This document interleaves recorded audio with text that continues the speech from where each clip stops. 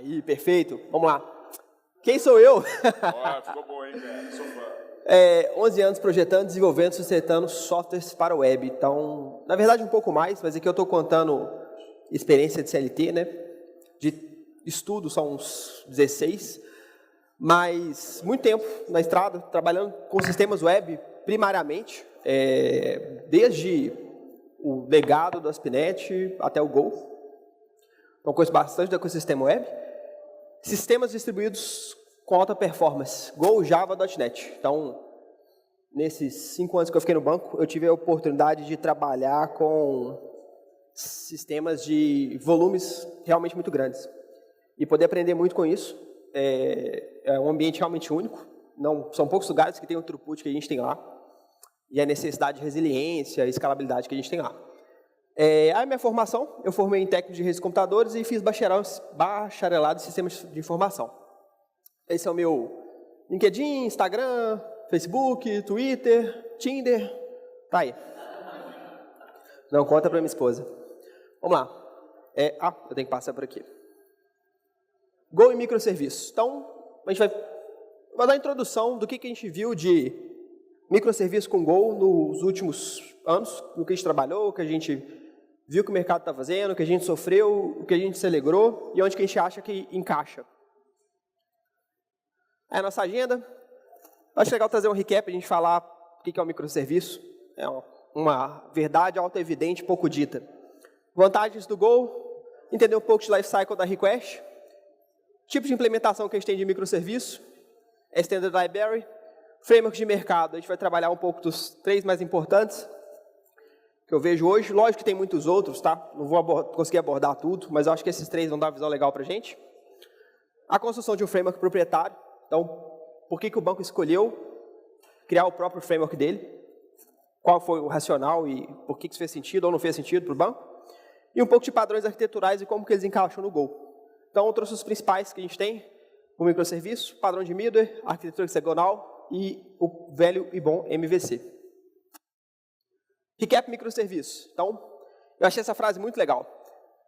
Microserviços não são necessariamente requeridos para gerenciar grandes softwares. Então, você geralmente não precisa de microserviços para gerenciar softwares grandes. Não é tamanho do seu software que vai dizer se eu preciso de microserviço ou não. Mas sim, para gerenciar um grande número de pessoas trabalhando neles. O que isso fala para a gente?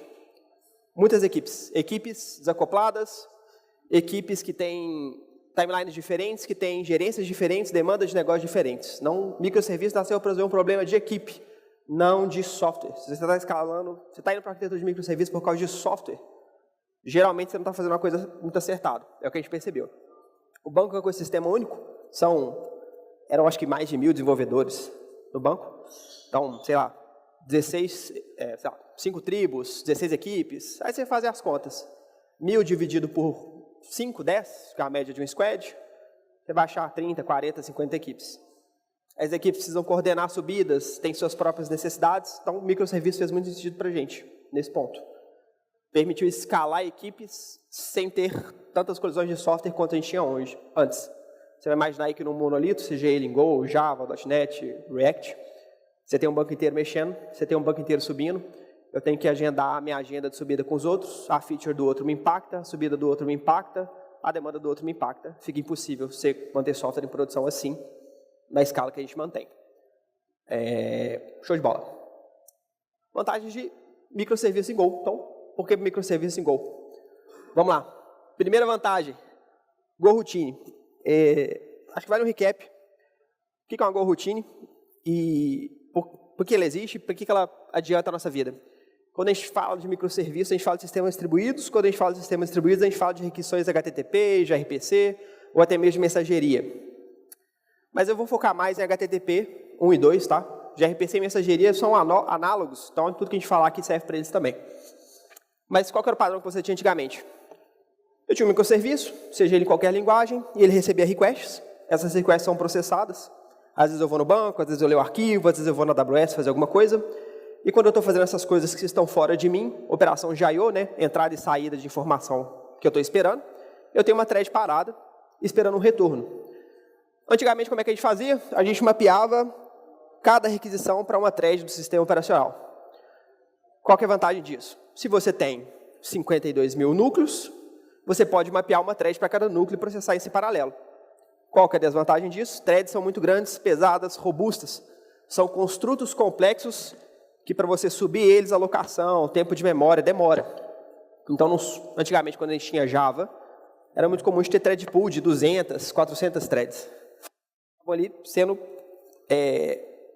rodando entre as requisições. Go veio com uma abordagem diferente para tratar paralelismo. Eles vieram com o conceito de Go Routine. De maneira bem resumida, o Go se preocupa com as threads e ele te dá uma abstração chamada Go Routine para você lidar com o seu processamento assíncrono. E aí ele escolhe, naquele pool de threads dele, onde que ele vai alocar aquela Go Routine. Então ele não faz um mapeamento 1 para 1. Uma thread do seu sistema operacional pode ter várias Go Routines rodando em paralelo. E ele traz essa integração nativa, que quando ele detecta uma operação de I/O, se você implementar do jeito certo, corretamente, o que ele faz com aquela Go Routine? Ele pausa ela, pega aquela thread, aloca para outra Go Routine. Não tem criação de thread, nem destruição de thread, tem otimização de recurso. Então, uma das grandes vantagens, se eu não estou enganado, só o Go que criou esse conceito, alguém pode corrigir se eu estiver errado, não lembro de ter visto nenhuma outra linguagem, e foi tão bom, mas tão bom, mas tão bom, e eu acho isso uma coisa que tem que ser feita com mais vezes das outras linguagens, que Java está trazendo um conceito parecido para dentro, que é o Java Lightweight Threads. Node tem um conceito não parecido, mas que atinge o mesmo resultado, e quem mais tem também? .NET também tem. Mas esse modelo específico de Go é muito performático. Ele opera muito bem. Então você vai ter um pod com, sei lá, 100 milicores, fazendo 4K RPM por minuto, onde você fosse fazer isso com Java, ou qualquer outra linguagem que não tem um gerenciamento tão bom de concorrência, você tem um problema muito grande. Acho que é uma das principais vantagens de Go quando a gente trabalha com sistemas distribuídos. E muito I/O, né? Entrada e saída de byte. Segunda vantagem, o compilador. O compilador do Go realmente é muito eficiente. Ele consegue fazer... A primeira coisa que ele faz é compilar nativo. Então, já foi comentado pelo Jeff. Isso, você tem uma vantagem muito grande, né? Quando você compila direto para a máquina, código de máquina, também o código de máquina. Você não tem virtual machine, nem nada disso em cima. Tem algumas desvantagens, mas a vantagem de performance é muito grande. E outra coisa que o compilador do Go consegue fazer é uma análise muito mais eficiente do código. Então, ele consegue, em alguns contextos, saber o que ele aloca na heap e saber o que ele aloca na stack. A vantagem disso é que se eu consigo não fazer uma alocação na heap, eu não tenho memória solta e eu tenho menos chamada de GC. O compilador do Go consegue entregar isso para a gente muito legal. Ele também dá um uso de ponteiros com muito mais facilidade. Quando você quer passar um valor por referência ou um valor como cópia, é muito mais explícito. E acho esse modelo interessante. Traz para o programador uma visão muito boa do que ele está fazendo. Se ele está passando uma cópia, ou se ele está passando uma referência para um ponteiro, e ele consegue saber se aquilo vai gerar uma alocação ou não na memória. Igual, como eu falei, o próprio compilador muitas vezes consegue entender que mesmo passando um valor que não é um ponteiro, aquilo não vai ser utilizado fora daquele contexto, ele não faz a alocação daquilo na heap, gera menos chamada de GC depois. Acho que é legal pontuar. São os dois pontos que eu acho muito bons que o Go traz para a mesa. Nem tudo são flores. Quem mexeu no meu class loader? Quando tem que estar acostumado a trabalhar com Java, com .NET, você botava uma DLL lá, em algum ponto do código, você falava, carrega essa DLL para mim, que ela está aí no disco, ela existe, e o Java se virava e carregava ela em runtime, e vida que segue. A gente não tem isso do mesmo jeito do Go. Então, não tem essa possibilidade de, eu tenho um conjunto de bibliotecas que eu posso só ter na máquina, e eu mando a linguagem lá carregar. Eu não tenho uma JVM ou uma virtual machine, como a gente tem no .NET também. Então, você gera vamos supor, algumas coisas que você está acostumado a fazer no Java, no .NET, você não tem. Show de bola. Erro handling pair partners. Então, o que eu quero dizer com isso? A comunidade ainda está evoluindo muito e ainda não é consenso como se tratar um erro em Go, no nível de microserviço. Tem uma thread muito boa no GitHub, uma discussão muito extensa da comunidade, trazendo propostas, e isso ainda está sendo debatido. Até onde eu acompanhei não tinham batido o martelo, a gente teve alguns problemas com isso. Injeção de dependência, nenhum dos frameworks trouxe como nativo, então, assim, não veio tão integrado ao ecossistema quanto tem nas outras linguagens, é uma coisa que a gente sente falta. E a gente vê que bastante uso de singleton partner do Go. Para alguns cenários atende bem, o uso de singletons, mas eu sinto falta de poder ter um container de injeção de dependência, ter uma referência que é criada a cada requisição, seja por N necessidade que eu tiver. Bom, aí quando a gente fala de microserviço em Go, fala de construção, vamos falar da stdlib. Então, stdlib, Standard Library, é o que vem junto com o Go, quando você baixa ele instala. Vantagens, vem com o Go, está lá, não tem dependência nenhuma, você depende só da linguagem, você tem zero acoplamento com qualquer coisa externa. Casos de uso que a gente trabalha. A gente vê a Standard Library sendo muito útil em contextos específicos. Eu preciso subir um endpoint específico para atender uma demanda específica, eu não quero trazer nenhuma lib externa, eu tenho um contexto muito simples ali que eu quero trabalhar com ele e devolver o resultado para o meu cliente, eu não preciso do que o meu projeto seja grande ou que ele seja complexo. É o caso, tem uma parte da comunidade muito vocal que fala que o quanto mais você puder evitar dependências de terceiros, melhor para você. De fato, quanto menos dependência o software tem, mais resiliente ele é. E o que a gente observa no dia a dia? Isso que eu falei. Você tem um contexto muito específico, eu quero fazer uma chamada, não vai mudar, é para uma demanda específica, eu conheço a Standard Library, eu sei que ela não vai mudar, eu posso contar com ela naquele ponto. Para projetos complexos, começa a ficar muito complicado. Por ela ser a biblioteca padrão, ela traz muita coisa, mas ela também deixa muita coisa na mão do desenvolvedor, que outros frameworks já vão trazer prontos. Outro ponto que eu vi que é muito importante é que, por ela ser a Standard Library, ela tem um suporte oficial do Google. Então, é o que eles usam internamente para várias coisas, questões de segurança, patches, bug fixes, você tem um vendor muito mais forte. Aqui é falar de Request Lifecycle, para quem não conhece, né, de microserviço, assim, dá um recap. A gente tem um socket no nível de sistema operacional, a gente faz um bind nesse socket, a gente escuta esse socket, e aqui entra o Go Java, .NET. Ele fica escutando, que chega naquela porta, chega uma requisição HTTP, gRPC, faz o delegate dessa requisição para o nosso código ou para o nosso framework, dependendo do que a gente estiver usando. E a gente tem um client conectando no nosso socket. Só um diagrama para fazer um recap. Bom, o que a gente tem no Standard Library? É uma interface muito simples de comunicação. Então, por exemplo, o roteamento dele é mais primitivo. Pattern matching, você quer fazer uma rota com um padrão mais específico, você quer filtrar por método, você quer tratar a resposta. São tudo coisas que você tem que fazer manualmente. Você não tem, nativamente ele não te entrega isso. E aí gera esse problema, porque você vai ter que fazer isso em escala, 300 microserviços, fazer esse trabalho toda vez na mão, gera um trabalho muito grande. Mas, como eu disse, se você tem um caso de uso específico, você vai tratar apenas com, sei lá, às vezes você vai subir um microserviço para ter uma demanda específica, ele atende muito bem. Eu vou passar aqui, a gente não vai ter os prints, vou falar de Gin. Show! Saindo da Standard Library, a gente tem o Gin. Gin é um framework web do Go. Ele, pelo menos, fala ser o mais performático. Ele entrega uma API de construção para você criar seus endpoints, criar seus métodos, seus handlers, muito mais amigável que o Standard Library. Então, ele dá hooks para você fazer um hook de um método post com o path específico, o método get. Ele te dá mais suporte nos retornos, tratativa de erro dele é mais robusta, então você tem um pânico, ele consegue se recuperar sozinho, ele consegue te entregar muito mais features do que a Standard Library. Mas, em compensação, você fica preso a um framework de mercado. Muito simples também de implementar, a gente usa ele no nosso framework proprietário. Vamos para o próximo, BigO.